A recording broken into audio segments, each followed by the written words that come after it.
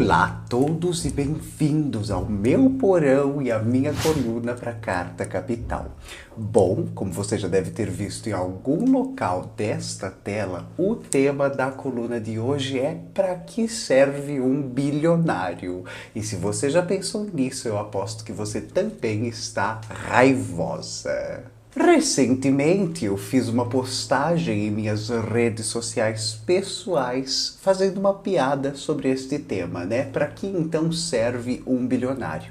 Menina, o engajamento foi tamanho que eu decidi preparar aqui esta coluna. É claro, né? A gente sabe, um bilionário serve para gerar especulação e monopólio, né? Eles servem para, por exemplo, fazer com que haja tanta especulação no mercado financeiro que a bolsa quebre em 29 e eles precisem de ajuda do governo, ou então para fazer especulação imobiliária e fazer com que a bolha dos imóveis exploda em 2008 nos Estados Unidos, eles precisem de ajuda do governo.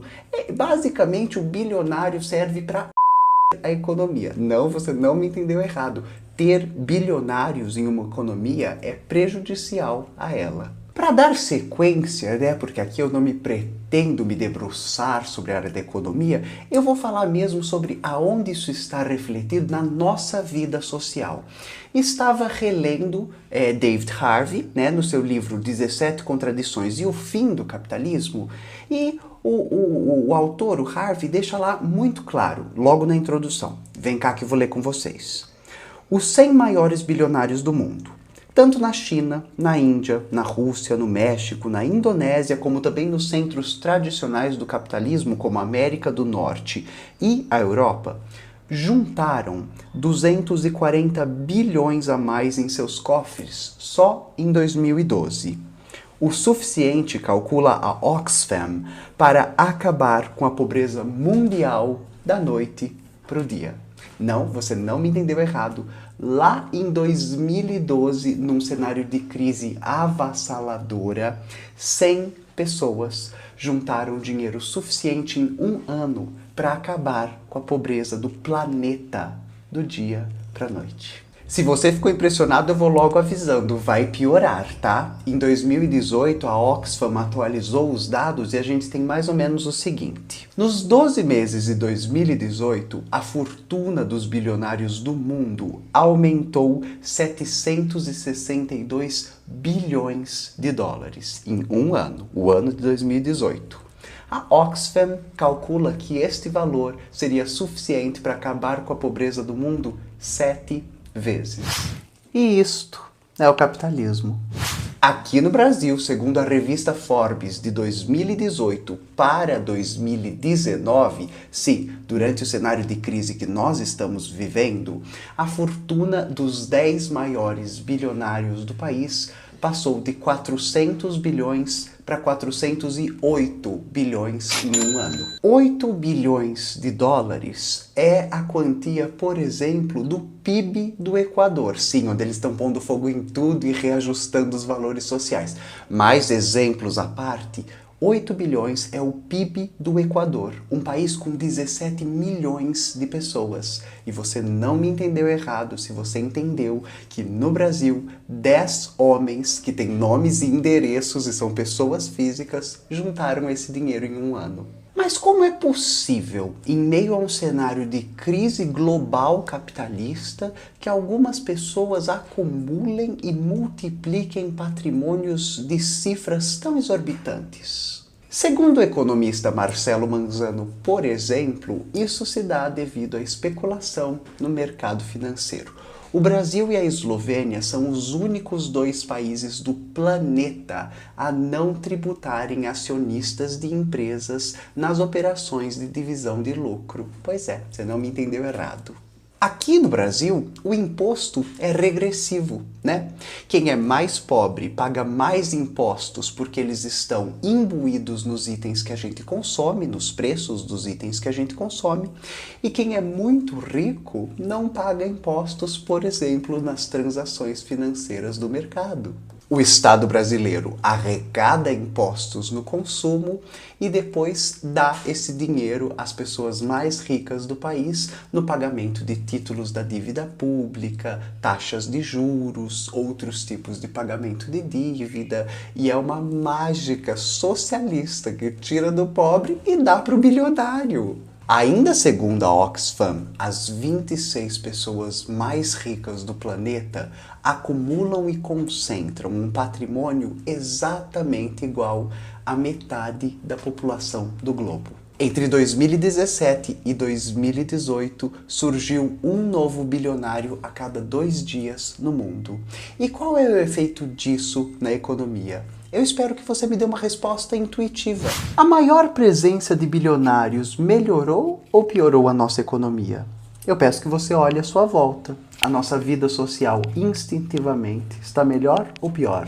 Quando a gente fala em bilionários, a gente está falando de uma classe que historicamente expolia, expropria, explora e torna impossível qualquer condição de vida social um pouco mais igualitária ou justa aqui no nosso planeta. Para que você entenda o que é um bilionário, eu trago aqui exemplos concretos e matemáticos. Bora lá! Se você trabalhasse os próximos 50 anos ininterruptos, sem perder um dia, sem nunca ficar doente, sem nunca tirar férias de segunda a segunda, sem gastar R$1, você precisaria ganhar mais de 54 mil reais por dia e você ainda não se tornaria um bilionário ao fim de 50 anos. Você já entendeu que nenhum bilionário trabalhou para ser um bilionário, mas explorou outras pessoas que trabalharam para que ele juntasse o dinheiro suficiente para poder então viver de explorar outras pessoas? No Brasil, de 2018 a 2019, 10 pessoas acumularam a mais em seus cofres 8 bilhões de reais.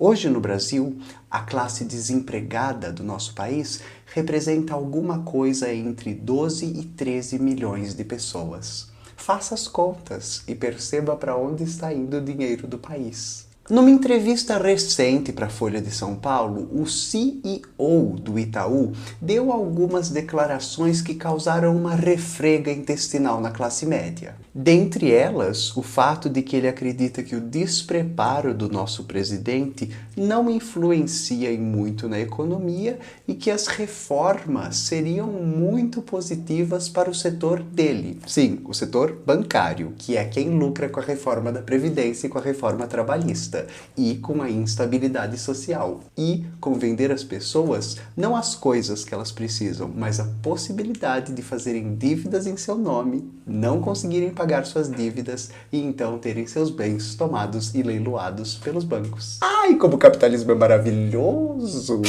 Depois de todos esses dados e constatações, não é de se estranhar que as gerações a partir dos Millennium, e aqui eu me refiro aos Millennium e à geração Z, seja tão ávida e aderente aos discursos de socialismo e comunismo, em contrapartida aos baby boomers, que não entendem o que está acontecendo. A tia Rita explica para vocês.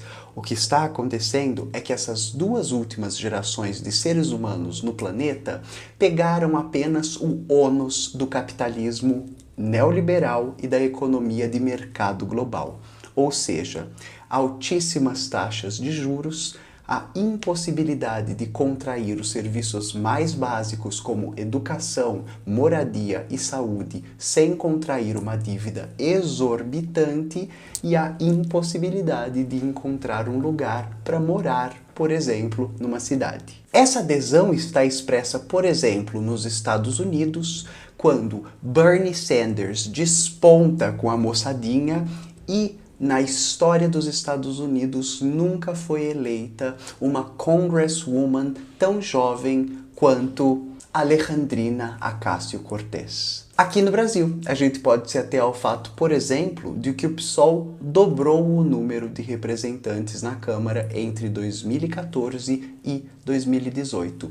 E não assustadoramente, 6 entre os 10 parlamentares pertencem às gerações Millennium e Z. O aumento do número de bilionários no mundo está intimamente ligado com o crescimento exponencial das desigualdades sociais do planeta.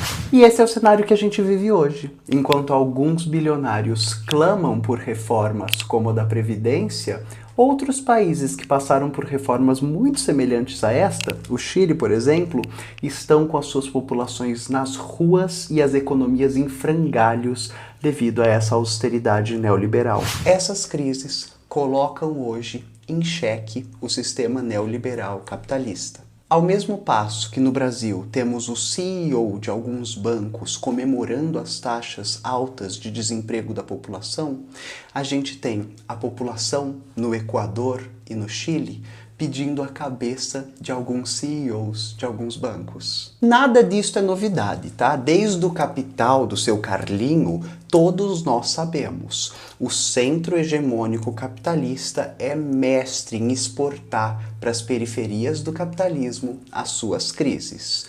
O problema é como agora, no século XXI, as periferias do capitalismo lidarão com as crises do capital.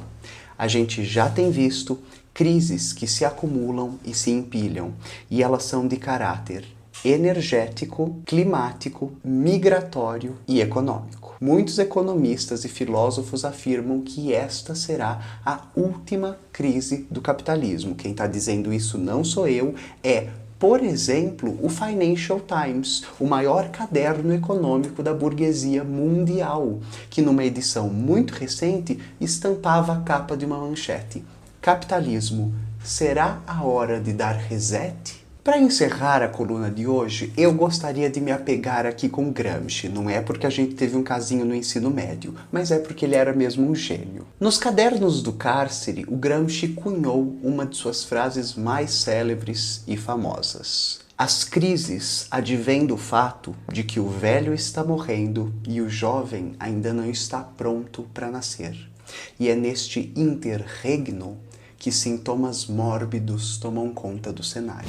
Me parece ser a tarefa do nosso tempo que a gente se certifique que a mobilização popular gerada pelo agravamento das crises do capitalismo nos leve à superação desse sistema, e não a resposta que a gente já conhece, a ascensão de regimes totalitaristas, ditatoriais e fascistas. Bom, por hoje é só, e se o DOPS não me pegar, eu volto em 15 dias. Um beijinho! Tchau!